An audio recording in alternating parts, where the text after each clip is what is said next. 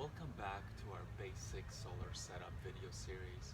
On this second episode, we connect a second solar panel to our grid tie inverter and talk about it, all while hoping not to interrupt the lawnmowers, leaf blowers, and edgers all around me. Believe it or not, things get complicated with the addition of a second solar panel.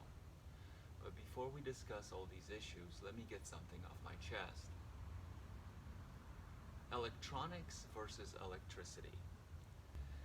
Electronics, like your digital watch, iPhone, iPad, laptop, computer, are precise, exact devices, pieces of machinery.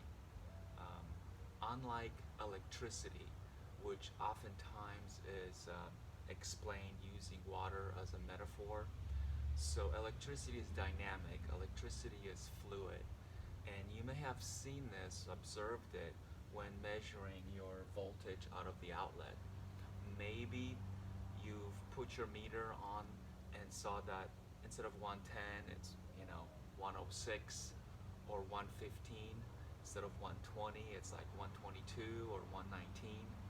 And don't get me started on the whole 220, 240, 210, 230. So it varies, and we need to keep that in mind as we dive into the discussion or the talk about adding a second solar panel. When adding additional solar panels, we are faced with a fork in the road, and we need to decide if we're going to connect them in series or in parallel. You may have heard these terms before, but let's just go over them. So first, let's take a look at connecting these panels in series, and we'll decide together whether this will be a good option for us or not.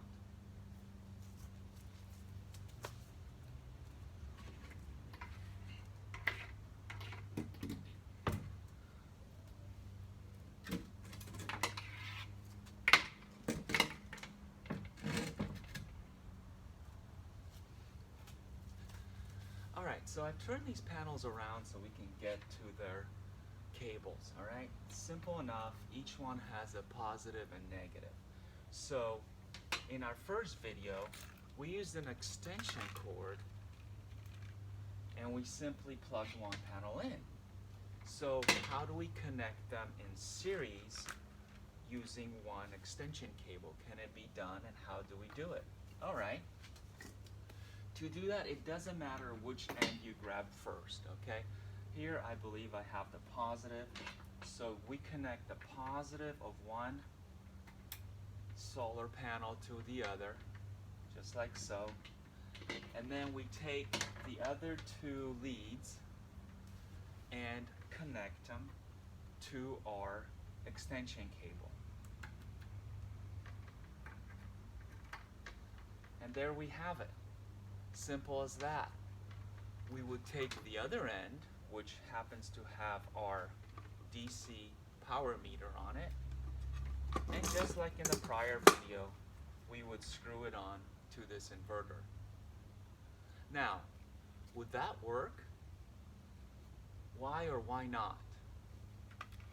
Well, this will not work, and let me explain to you why it won't. Although we would have a perfectly good connection, although we would have a perfectly good physical connection, we have a problem.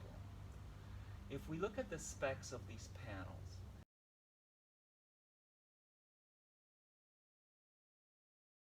each one can max out at 18 volts. I know you can't see from there, but trust me, the maximum power voltage VMP is 18.6 volts. We're just going to call it 18. Okay, so when we connect something in series, we actually add the voltages. We increase the voltages. So this panel, if it was truly 12 volts, plus this panel, 12 volts, now we have 24 volts. All right, but here we have a 12 volt inverter. But let's dive a little deeper into this discussion, all right? not only can't we have 24 volts solar panels talking to this 12-volt inverter, but here's why. And why I mentioned that electricity is not that precise. It's fluid, it's dynamic, it alters, it varies. And that's okay, that's just how it works. Okay, so our inverter has a range of 10 volts to 32 volts, all right?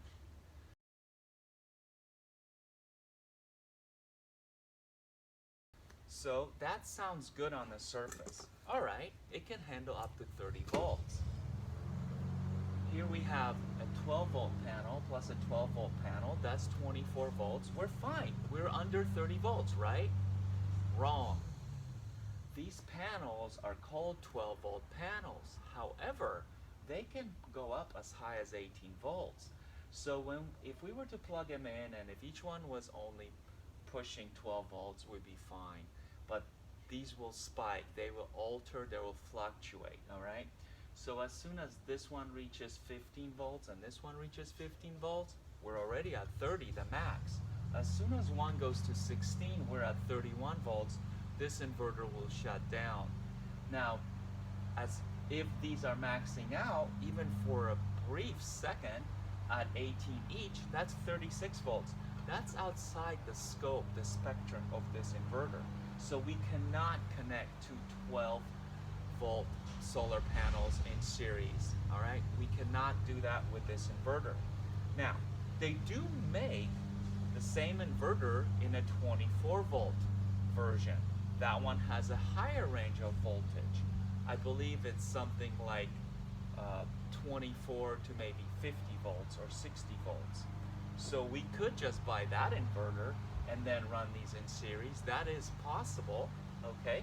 But this build is a simple build. It's a 12 volt build, so we're going to stay with 12 volts.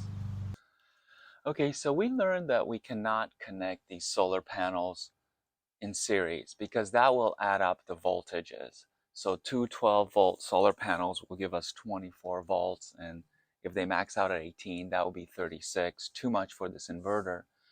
So what's our other choice? The other choice is called parallel. We can connect them in parallel. And I remember when I first started learning this stuff, I really struggled memorizing which one is which. So I'm going to share with you how I continue to remember it. When it comes to parallel and the way you connect them, I just think P to P. So in parallel connections, we connect the pluses or the positive terminals together. So parallel P to P. So we would take the positive of one and the positive of the other. Now, these are not going to plug in. They won't connect like that. They're identical plugs. Also, how do we plug them both into one connection? Okay, for that, we need an adapter. So here we have these splitters or Y adapters. These are like two-way connections, all right? And so this will allow us now to connect our two solar panels into one extension cable. All right, so here we go. What we do is simply we'll take the positive of one and plug it in here. And we take the positive of the other and you would plug it in here, just like that. And then we plug that into our extension as if it was one solar panel. And then we repeat the process for the other ones, for the negative. So negative to the Y connection, negative to the Y connection. And then this to the extension. So there are some pros and cons to doing it this way. We don't need two extension cables. We simply just use these adapters. Now those are an additional cost, but so be it.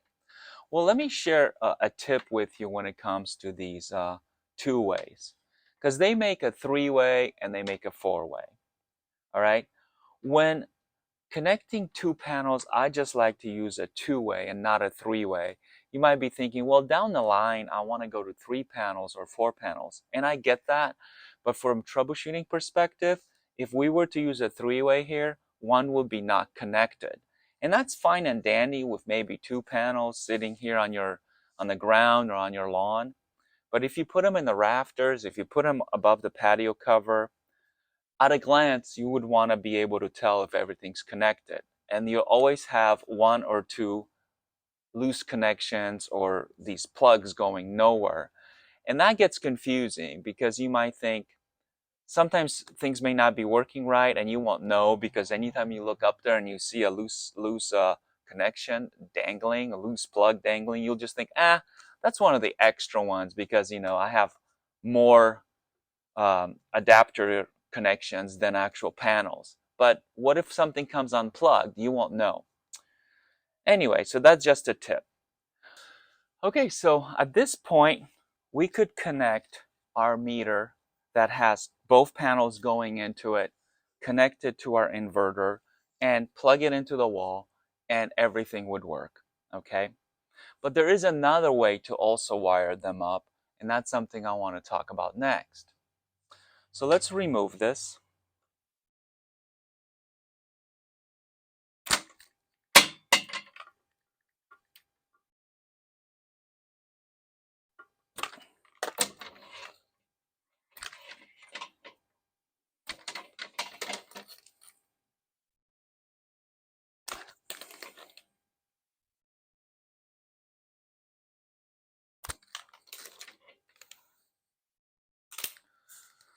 Okay, so when connecting these panels in parallel, there's 2 ways to do it. We could use those 2-way adapters or 3-way or 4-way, or we can actually run a second extension cable all the way to the inverter. And there are pros and cons of doing things either way. If we were to use an extension cable for the second panel, we can add a second meter. So here I have a second meter. We could have one per panel. Now, sometimes that is useful just for troubleshooting. If we have 2 panels, we can see if they're both drawing the same voltage, pulling the same amps, that type of deal. Sometimes we can use this to compare 2 different manufacturers. So we could have a Windy Nation solar panel and we can have a Ridge Solar, and we can then compare them using the same inverter, 2 extension cables of the same length, and using these 2 meters, we can see how they compare at a given point in time, keeping everything identical. So there are reasons why you may want to do home runs. So to do a home run, we would bring out a second extension cable. So let me do that now. Okay, so here is my second extension cable. You can see that now we have 2 of them. So there's our first one. Here's our second one. And we would just simply plug one cable into one panel, the other one into the other, and then run them both to the inverter and screw them on here. So earlier I mentioned that as soon as you go to add a second panel, things get more complex. We've talked about how do you connect them, whether you do it in series, whether you do it in parallel. If you do it in parallel, do you use a 2-way or a 3-way adapter and use one extension cable, or do you run what we call home runs, which are basically cables that go from the source to the all the way to the destination? In addition to all that, when you have 2 panels, now you have the option of pointing them in different directions. So should you do that?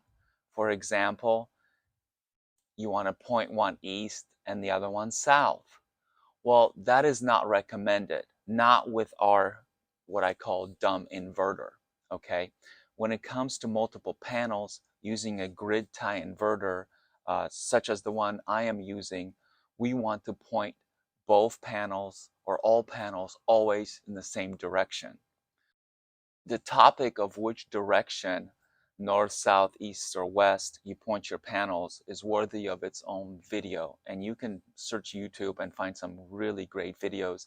I'll try to post some direct links in the description. But just to give you a quick rundown, it depends where you live on the globe, okay? I'm in United States, so that's the northern hemisphere. So the preferred direction, if you only could point your panels in one direction, is south, okay? Because you're trying to maximize the amount of sun you're going to get.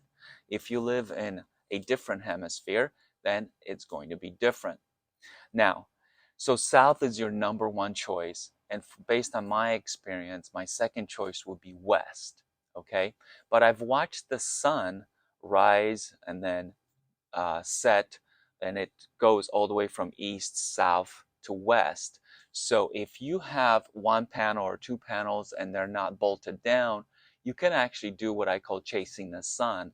At 7 a.m., you can point it east, and around 11, you point it south, and then at about 4 p.m., you point it west. But again, if you only could point in one direction, it would be south, then west, and maybe then east, and pretty much never north. Of course, use common sense when you do that.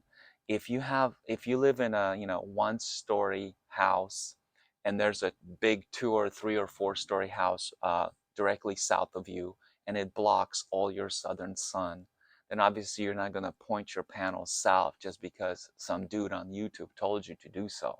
You may need to point your panels east or west. Again, use common sense. But back to multiple panels and our 2 panels, we will always point both of them or all of them in the same direction, same general direction, okay? That has to deal with how the inverter will consume their power. And I believe that it looks for the lowest common denominator, so it's going to drop its voltage and adjust its voltage down to the panel that's producing the least, okay? But we'll get into all that later on. For now, just know that when it comes to having multiple panels, they always will point in the same direction. The other thing is angle, the angle of the panels. The angle does matter, believe it or not. When I first started out, I was a complete idiot. I knew nothing, but I also wanted to experiment and test. So I just laid my panels flat, like my buddy says, flat out like a lizard drinking. Completely horizontal, I laid them down.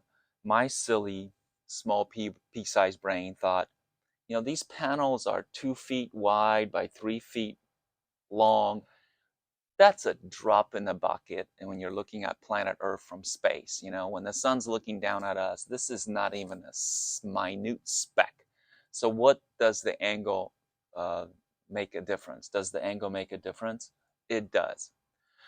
Just like we want to point both of our panels or all of our panels in the same direction, we also want to have them at the same angle.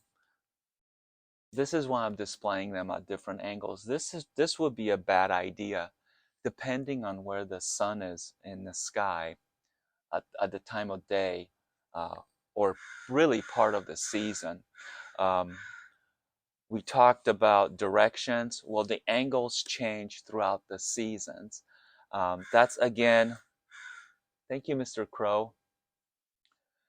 When it comes to the angle of your panels, that depends on what time of the year it is.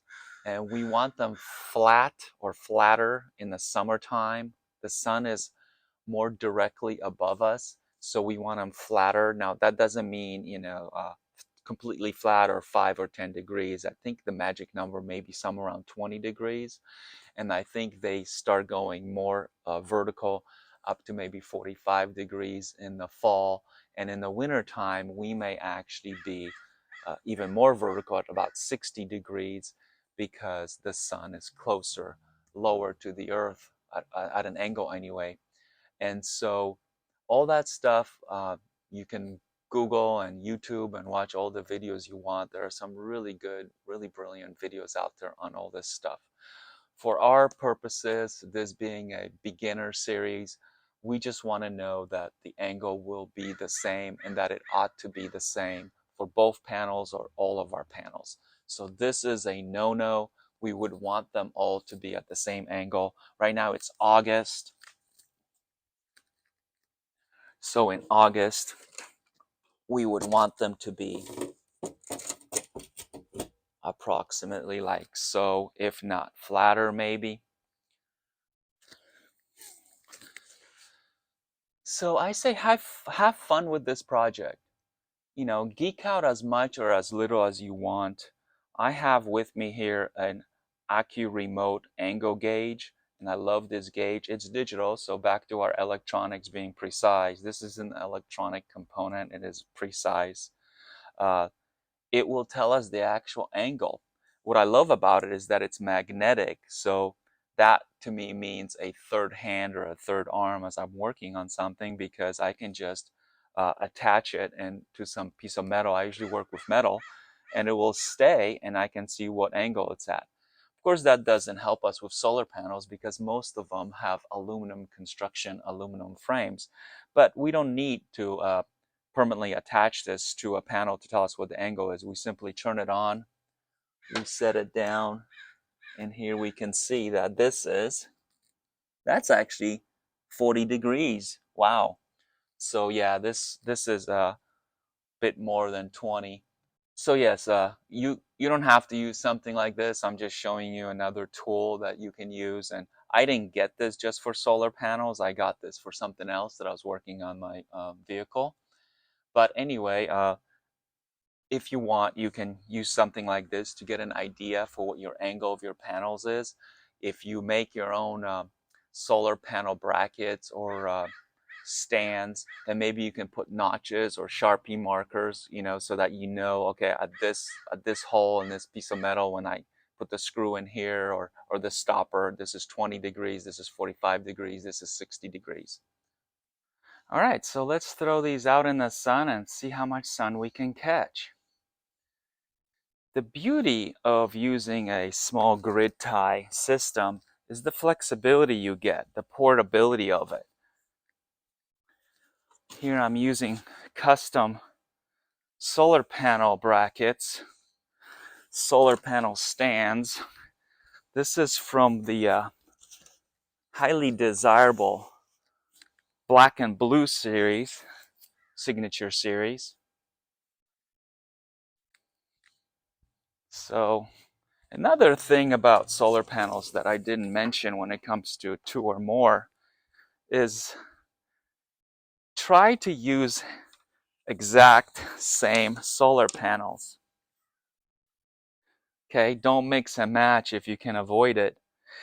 If you do have to mix and match, then I don't think the brands matter too much. It doesn't matter if they're polycrystalline or monocrystalline, as much as what matters is the specs. So don't mix a 100-watt panel with a 200-watt panel, and don't mix a 24-volt panel with a 12-volt panel or a 36-volt panel. As long as you're using 2 100-watt panels, they will work.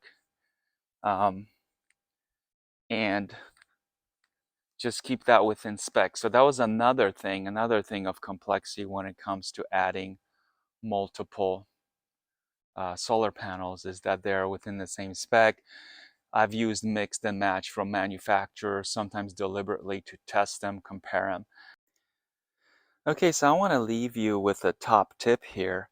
When it comes to connecting your solar panels, do this part last. This is the DC connection that's going to go to solar panels. The solar panels are our source of energy, source of power there. So don't connect that until you've got this end connected. So here I would screw on the meters to the inverter first, and perhaps even plug it in but not turn it on, and then connect my solar panels. Okay,